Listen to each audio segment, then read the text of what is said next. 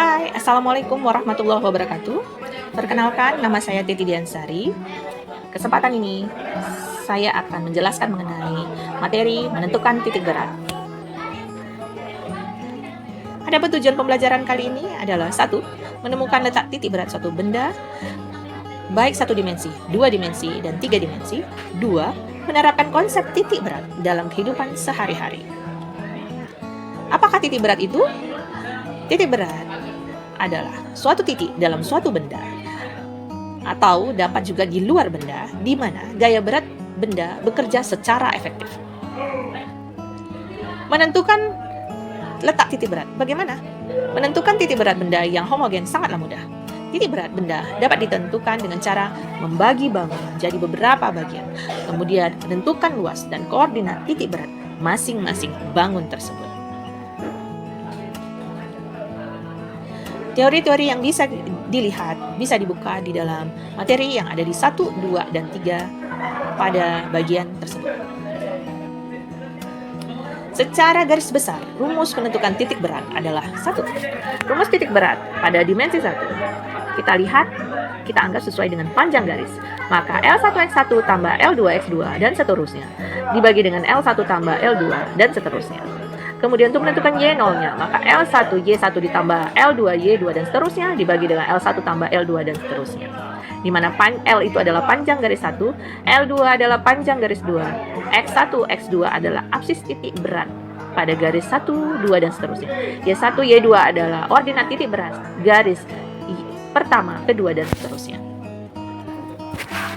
Secara garis besar berikutnya, untuk menentukan titik berat homogen 2 dimensi atau luasan suatu benda, kita lihat untuk titik X-nya adalah A1, X1 ditambah A2, X2 dan seterusnya dibagi dengan A1 tambah A2 dan seterusnya.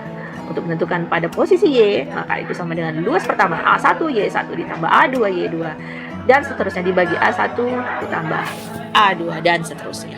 A adalah luas daerah, sedangkan X1 adalah titik tengah posisi X bidang pertama.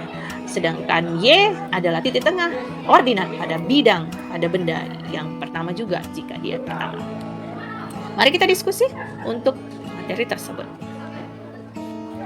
Oke, ada suatu benda ada suatu gambar di bawah ini, tentukan resultan gaya dari keempat gaya yang ditentukan. Ada gayanya 4 kN, 2 kN, 12 kN, dan 4 kN. Posisinya di A, kemudian ada di panjang 2 meter, 3 meter, dan 2 meter. Tetapkanlah arah gaya ke atas bertanda positif, maka resultan gayanya. Maka kita akan lihat posisinya. Arah ke bawah berarti dia adalah positif, sedangkan arah ke atas dia adalah negatif. Maka kita lihat.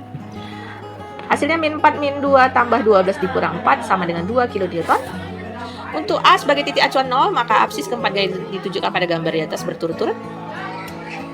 X1 sama dengan min 2, M-nya X2 sama dengan 0, X2 sama dengan positif 3, dan X4 sama dengan positif 5. Absis titik tangkap resultan gaya terhadap A dihitung dengan persamaan X sama dengan jumlah dari gaya tersebut dikalikan dengan posisi letaknya, titik beratnya dibagi dengan resultan gaya tadi. Maka dihasilkan adalah setelah dimasukkan 8 tambah 36 dikurang 20 dibagi 2 sama dengan 12 meter. Jadi titik tangkap gaya resultan berada 12 meter di kanan A.